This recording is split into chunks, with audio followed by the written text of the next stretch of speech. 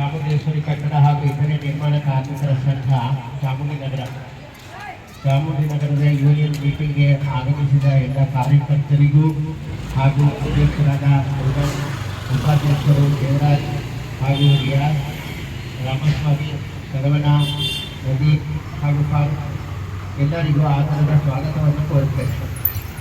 ಹೋದ್ಸರಿ ಮೀಟಿಂಗಲ್ಲಿ Raju C ಅವ್ರ ಮಗ cancer patient, ಅವ್ರಿಗೋಸ್ಕರ ಹೆಲ್ಪ್ ಮಾಡಿ ಅಂತ ಹೇಳಿದ್ರು.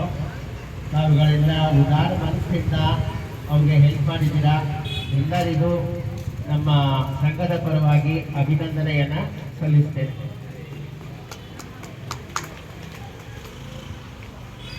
ಹಾಗೂ ಸರ್ಕಾರದಿಂದ ಹಲವಾರು ಅನುದಾನಗಳು ದೊರೆಯುತ್ತದೆ.